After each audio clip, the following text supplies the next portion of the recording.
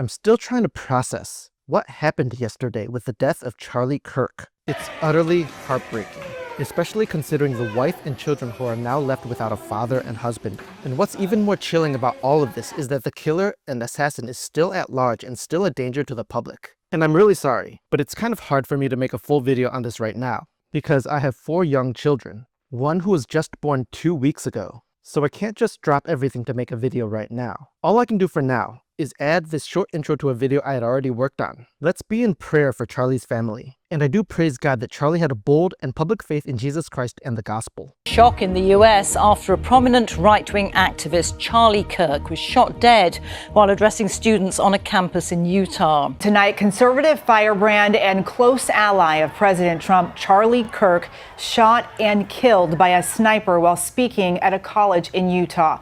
And then all of a sudden I hear up top, I see Charlie. I think it got his carotid. I just saw him grab, it looked like his neck, and there's just blood pouring out everywhere.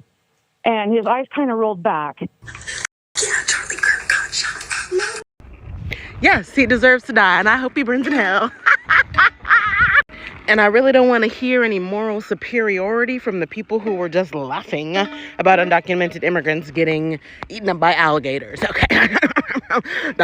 Charlie Kirk has been shot. That is a breaking news coming into the Don Lemon channel. Charlie Kirk, who is a powerful and very far right-wing activist and executive director, of Turning Points USA, shot at a university event in Utah. There is video that was posted circulating on social media that Charlie Kirk can be seen getting struck while speaking and sitting beneath a tent at the Utah Valley University. He was there as part of the American Comeback Tour. So the press team confirmed to a news organization that Kirk had been shot, but that his condition was unknown.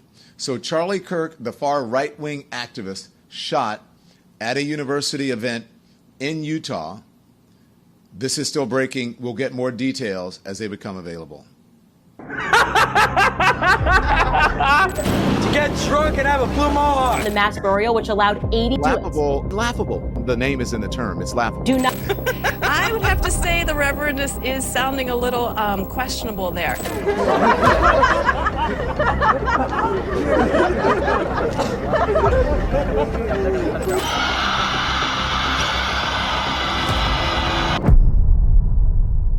I collected for you all 6 times people laughed at Christians and what happened next. The clips will progress in how intense the interaction is, and the last clip will definitely make anyone think twice before laughing at Christians. Hi, I'm Mike. My goal for this year is to work really hard to make much better videos for you all, and it might not happen, but I wonder if we might be able to reach 700,000 subscribers by the end of the year. This disrespectful student bursts out into laughter at Cliffe Knechtle, but then Cliffe says something that completely shuts him up. Alright, you know how many people capitalism has killed? Since its inception? Put more food on the table than anything else. Alright, let's talk about how many people atheists have killed. Atheism killed? Yep. Holy sh**. You're the most uninformed mother seen on the planet, and a demagogue. Really? Yeah. Was Mao Zedong an atheist?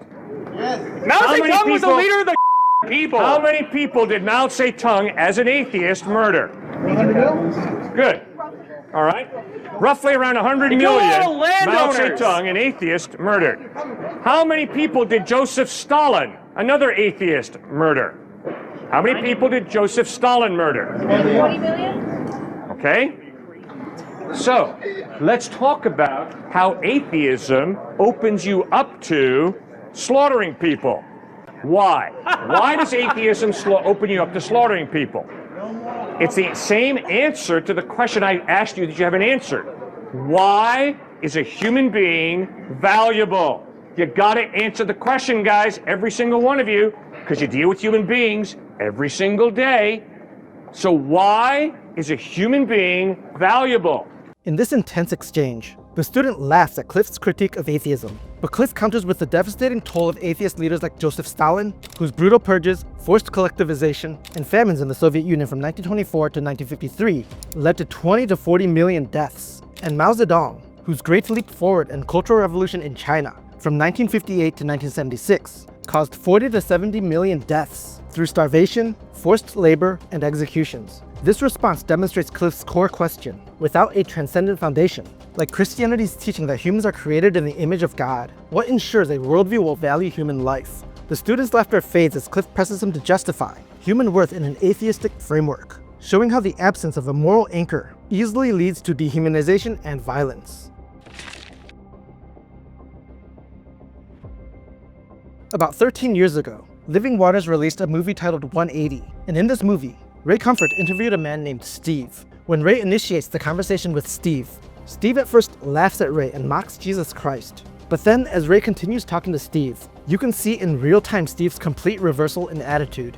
And then afterwards, we'll look at something shocking that we learned about Steve years after his encounter with Ray. What's the purpose of man's existence? To get drunk and have a blue mohawk. What was Jesus Christ? Savior. No, he was a Jew. And what did Jews do? They lie. White people are up here, and there's Jews.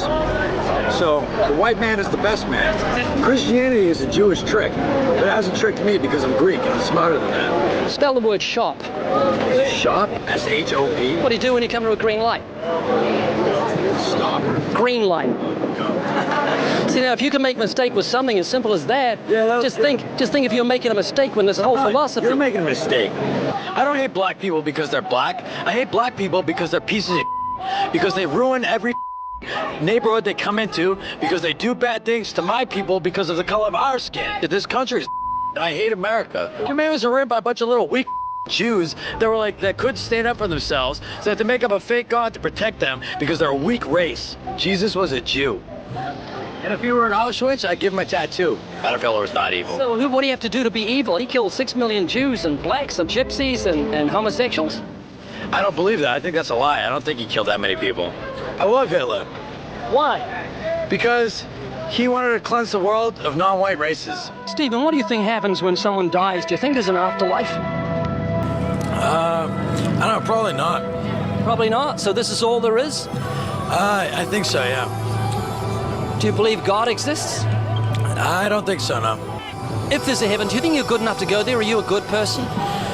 Yeah, I think I'm a good person. There is no hell. How many lies have you told in your life? Oh, I don't know, thousands, I guess. Have you ever used God's name in vain? Yes.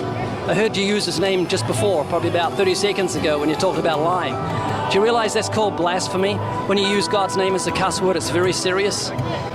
Sure, I guess it is, yeah. I like fornicating, it's fun. Yeah, well, you can like raping and bank robbery. It can be fun, but it's not right. I commit adultery about every 2 minutes, maybe. Guilty. Would you go to heaven or hell? Hell. Does that concern you? Yeah. You know, God gave you a conscience so you know right from wrong. You know it's wrong to lie and steal and fornicate and blaspheme. It's written on your heart. I don't know, don't you think it's funny though that God will put a nice guy like me in hell? But a criminal might say that to a judge, but the judge will do that which is right, even if it's a nice guy. If he's raped and murdered, he's going to get the book thrown at him. And you've violated God's law, even though you might be a nice guy. You're a self-admitted lying thief, blasphemer, adulterer at heart. God will give you justice, but he's not willing that any perish. He's given you something that says, I don't want to die. Listen to it, man. You've got a cross in the middle of your eyes. Think about what Jesus did on that cross. Think about how much God cares about sinners, that he'd do that. Do you have a Bible at home? Yeah, I got a Bible at home. Would you please think about this? Yeah, of course. Sure, why not? On June 30th, 2025, Living Waters posted a video with an update regarding Steve that Ray learned from a friend of Steve's. Sometime after I met Steve, someone about his age approached me when I was speaking to a crowd at Huntington Beach. He came up close and interrupted what I was saying. When I heard what he said, I stopped speaking to the crowd and gave him my full attention. He told me that he was a friend of Steve's, reminding me that he was the guy with a 14-inch blue mohawk. Not that I needed reminding. He then told me that soon after our encounter, Steve went to Greece and either became involved in the Greek or the Spanish military. He then said that Steve got into a fight, got stabbed, and almost died. I believe what he said because if you remember, Steve said that he was Greek. It hasn't tricked me because I'm Greek and I'm smarter than that. And he certainly seemed to be the type of person that would get into a fight, despite the fact that he was a hate-filled, Nazi-loving, foul-mouthed, Jew-hating racist. I really liked him. There's nothing like almost getting stabbed to death to make someone think seriously about the claims of the gospel. Maybe we'll see Steve in heaven. Let's be in prayer for Steve. We know that no matter how evil or full of hate a person is, God's grace is powerful enough to save anyone. Paul himself was someone who persecuted and ended the lives of countless Christians. But God opened Paul's eyes and changed his heart to become one of the strongest proponents of the Christian message in all of human history.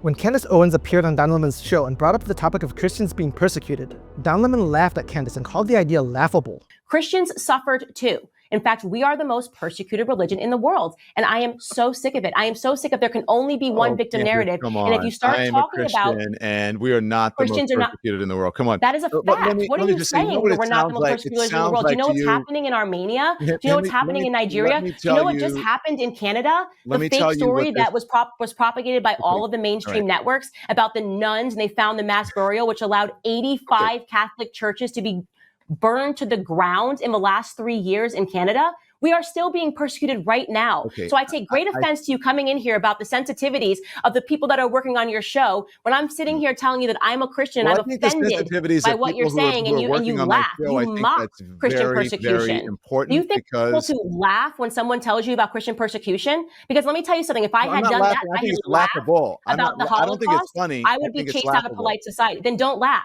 Don't laugh at Christian persecution. Don't do it. Laughable is mean that the name is in the term. It's laughable. Do not laugh. You literally just laugh when I talk about Christian persecution. Don't do that ever again. Not in my presence. What you're saying is, okay, Candace, thank you. So what you're saying is, oh, you know what? The Holocaust was bad, but look over here. These people were worse than the Holocaust, so we shouldn't. That's not that. First off, that's what it sounds like. I'm telling you, that's what it sounds like. You just said you didn't watch the episode.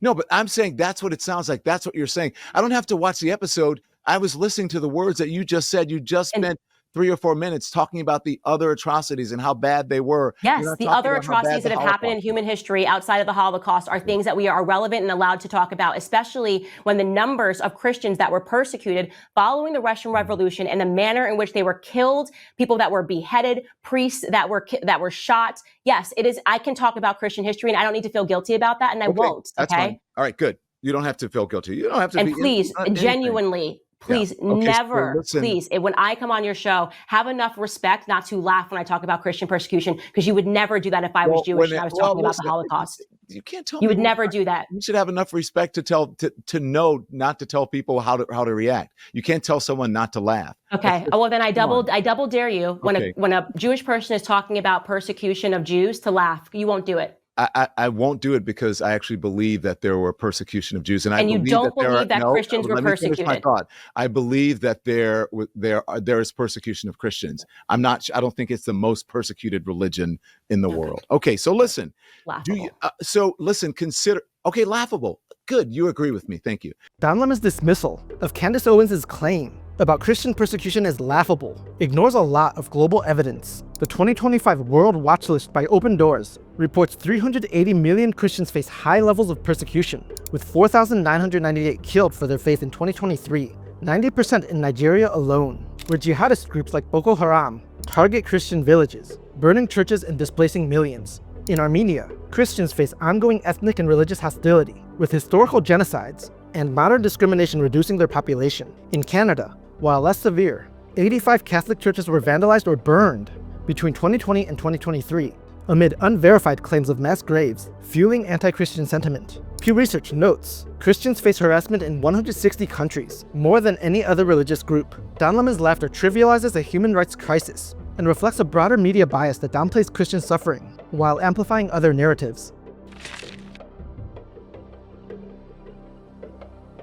About 14 years ago, Voddie Baucham was invited onto CNN to talk about the presidential election, and after Voddie explains what the Bible teaches, the CNN host, Kyra Phillips, disrespectfully laughs at what Voddie says. And after we play this clip, I'll show you what Voddie had to say about the incident several years later. I mean, do you think that women in evangelical circles where women are not allowed to preach, let's say Palin and McCain do win, and here you have this woman that could possibly be leading the free world, and yet there's evangelicals voting for her that don't even believe that a woman should preach at the pulpit.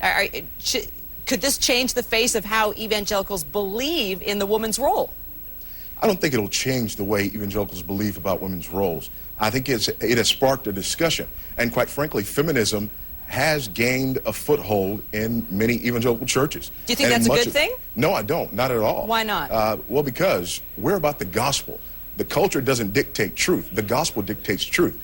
My job is not to be a political pundit or political activist. My job is to be a pastor and proclaim the truth of the gospel as clearly as I possibly can. Well, wait a minute. What about the Old Testament and the prophet Deborah? I mean, she was a political leader. She was a wife. She was a mother. She was one of the biggest forces in the book of Judges. So that's the gospel right there.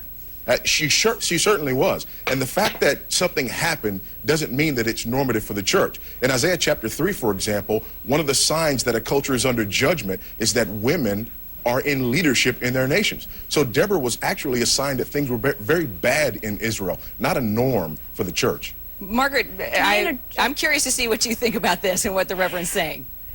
I think that that's a fair perspective, Voddie, but I think we also need to look at Ephesians 5, which describes, it's saying that husbands are to lay down their lives for their wives, just as Jesus Christ laid down his life for the church. And in the same way, I think Todd has done an incredible job opening up the opportunity for Palin to use the gifts and the talents and the passions that she has been given in order to make a difference in her community and possibly in our nation and world on a significant political landscape and effect. Margaret, is the Reverend sounding a little sexist, or is it just me?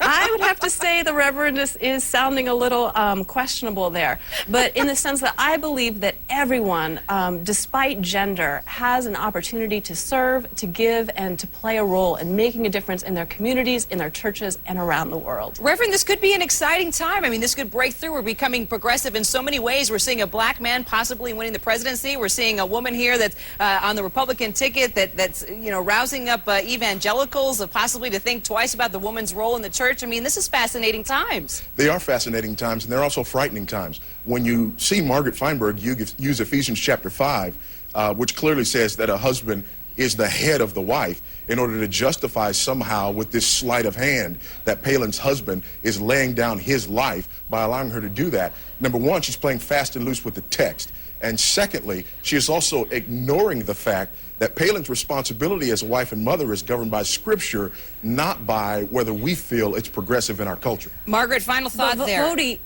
I believe that's a narrow interpretation and a boxy interpretation of the text, as well as the role of women, who in today's working families, many families in the United States need both the man and the wife in order to work outside of the home, in order to support the family, and to put that kind of burden on the family, whereby a woman must stay at home. I just don't think that translates into many working class families today.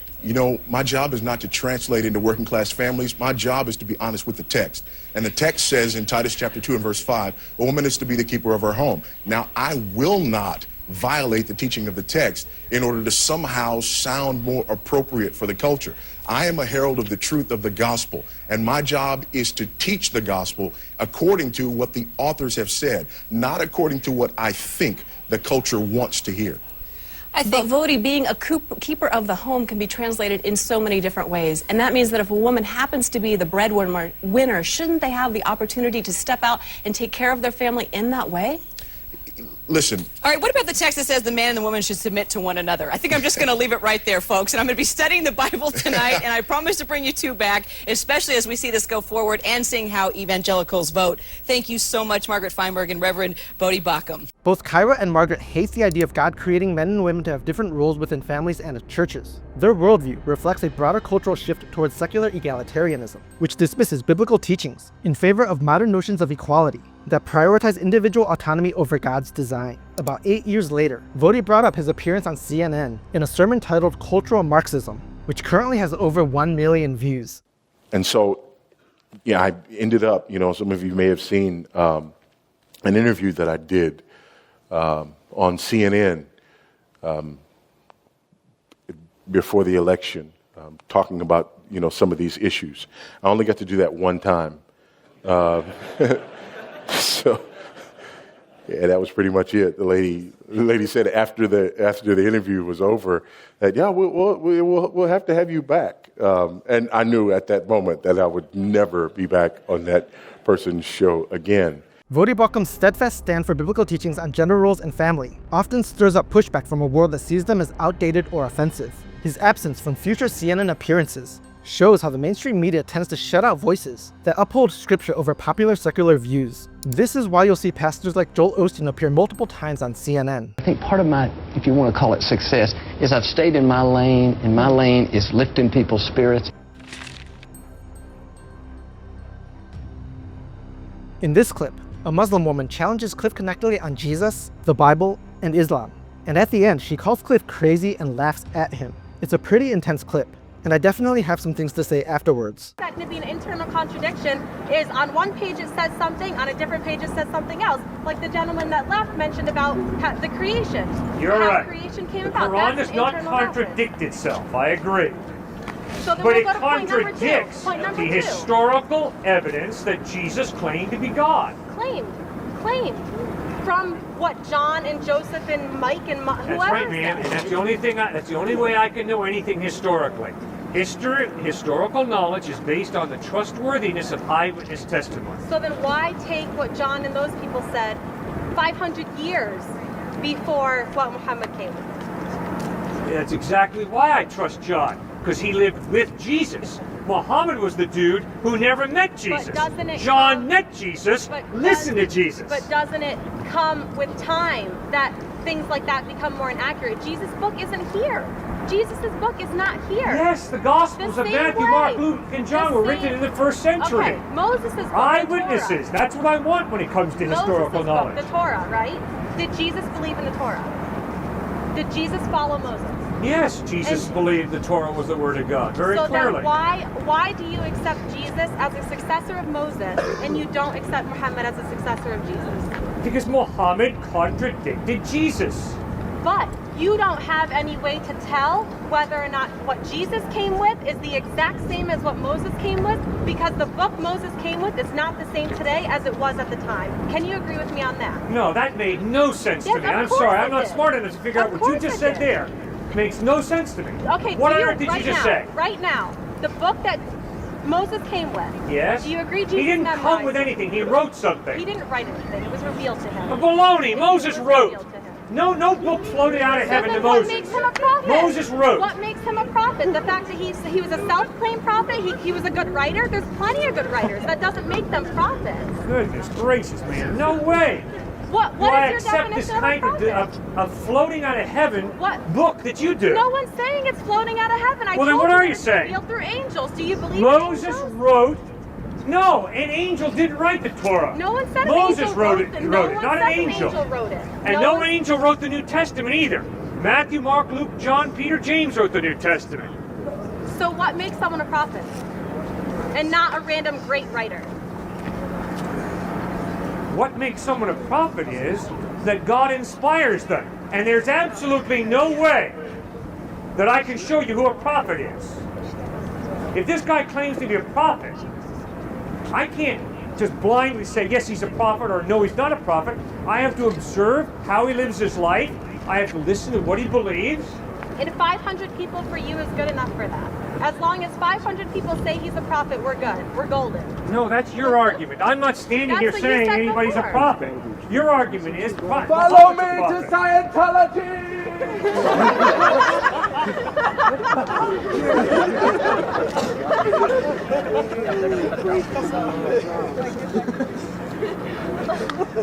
So again, we'll talk about what makes someone a prophet. Your definition of a prophet, and I'll follow with mine. You said a good writer. No, I didn't. But again, so we're all on the same page. A prophet is someone who's inspired by God, but I can't show you that someone's inspired by God. It's impossible. So this is something in your own heart. I can't show you that a book is inspired by God. And don't you understand? That's why it's so hard for you and me to have an intelligent conversation. Okay. Because you just lapse into, Can I answer this is inspired by God, this is from God, this is from an angel. Well, listen, fine, but there's no way you can show that. Okay, you're here right now. The purpose of you coming here is to, quote unquote, guide misguided people. I talked to the people who brought you, and they said, your point is not to convert people to Christianity. Your point is to get atheists and agnostics to believe in Jesus. No, yeah. And you, I pray you'll come to believe in Jesus, man. I believe in Jesus. I don't you believe reject in Jesus him as how God. You do. You don't accept his death on the cross for your sin. Okay, but we'll stop. We'll go here. You're here to take people to believe in Jesus. But you just said right now that you can't explain to someone that a book is inspired by God or someone else is inspired by God. So why are you here? There is absolutely no way that any human being can prove that any book has been inspired by God. Then why are you here to tell us to believe in the Bible? Because I am convinced that to believe in God and to believe in Jesus does not mean you have to first believe that a book is inspired by God. So I'm supposed you to take cannot you blindly as the believe anything in between me life. and Jesus? And to blindly believe that the Quran or the Bible or any book has been inspired by God is such a leap of faith. I'm not asking anybody to do that. Okay, so can we have the second part of our deal? I said I'd explain to you what a prophet is? Sure. A prophet is someone who comes with something extraordinary that combats everything at the time in proof of his claim. So many people came claiming they were prophets, and they did things that didn't prove their claim. The prophet Muhammad, first of all, we'll start off with Jesus, who we both agree with. Jesus was born without a father. How do you know that? Miracle number one. How do you know that? Revealed in the Quran, and when he spoke. Revealed in the Quran, 500 years after the fact. All of a sudden, because some dude says he was born without a father, you believe it? Okay, fine. You don't believe that Jesus was born without a father. You don't. I can promise you, ma'am, I'm not going to believe Jesus was born without a father because some dude who lived 500 years after Christ writes it in a book. Okay, so we'll stop right there. Forget everything about Muhammad. Do Christians believe that Jesus was born without a father? Yeah, but not because some dude 500 years after the fact wrote it, that's for sure. But then what do they take as their belief for Jesus being born without a father? Because eyewitnesses who knew Jesus' mother, a woman named Mary, talked with her.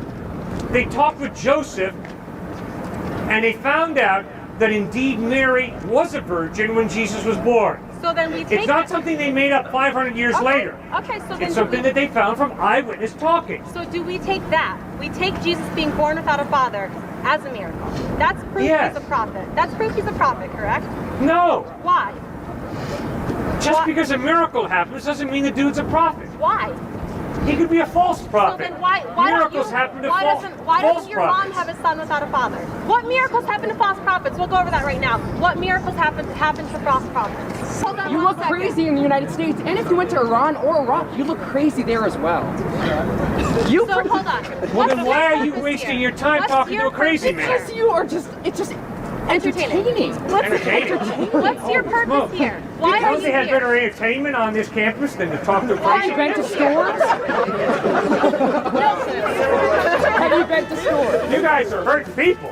Why are you here? What did you come I am here to introduce people to the closest friend I have, Jesus Christ. I'll say 3 things about what we just watched. First, I think the Muslim woman completely missed Cliffe's point about the significance of eyewitness testimony regarding the historical reliability of the gospel accounts in the New Testament. Cliffe's emphasis on the reliability of first-hand accounts, like those of Jesus' disciples in the Gospels, explains the main reason why Christians trust the New Testament over later texts like the Quran, which was written centuries after Jesus' life and lacks direct connections to him. Second, Cliffe correctly argues that miracles alone don't confirm someone as a prophet, emphasizing that a prophet's life and teachings should be evaluated for consistency with established truth. Jesus' teachings aligned with the Torah, reinforcing his credibility, while later figures like Muhammad introduced claims that contradicted Jesus' message, which undermines their prophetic validity. And third, the Muslim woman's laughter at Cliffe, dismissing him as crazy, reflects a deep-seated rejection of Christianity's message, revealing not just disagreement, but a hostility that resists open dialogue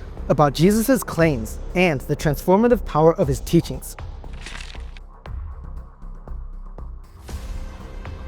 During a campaign rally in La Crosse, Wisconsin, on October 17, 2024, Kamala Harris faced pro-life Christian protesters shouting "Jesus is Lord" while she discussed ending the lives of preborn babies. Her response was to laugh at and mock them. Christ is King! Jesus is Lord! Oh, you guys are at the wrong rally.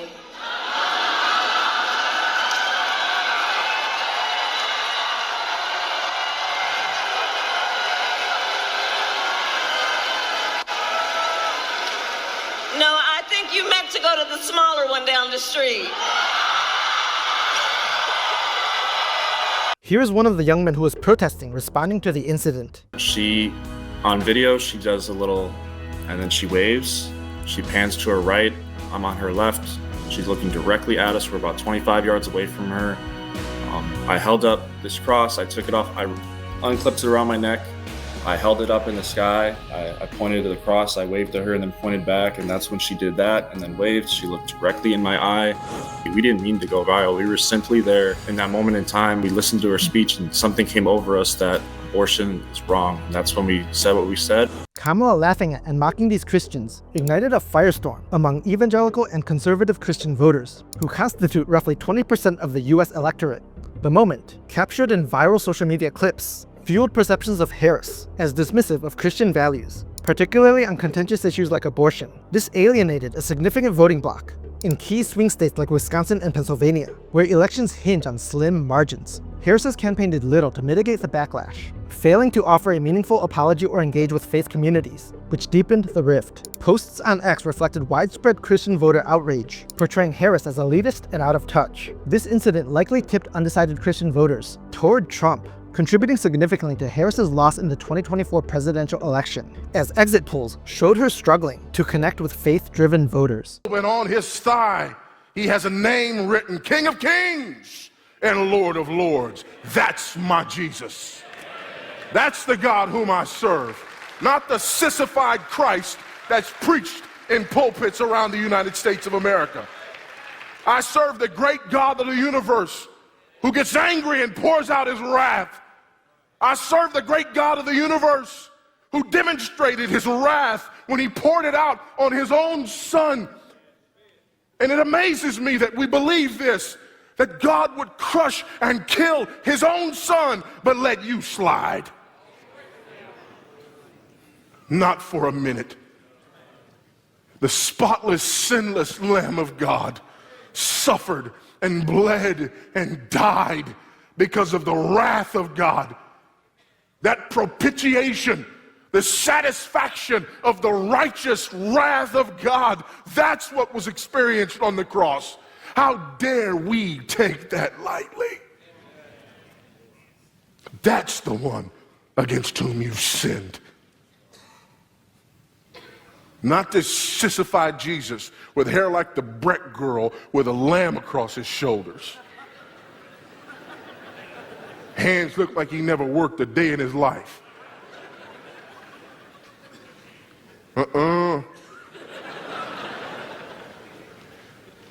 When we sin against the almighty creator of the universe, the maker of heaven and earth. And then here's the kicker.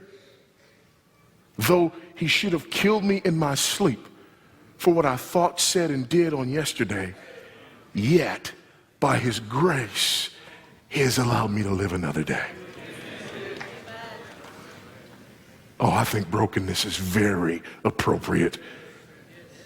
I think when we understand that, brokenness is an extremely appropriate response. In fact, what other possible appropriate response is there but brokenness when we understand that about our God?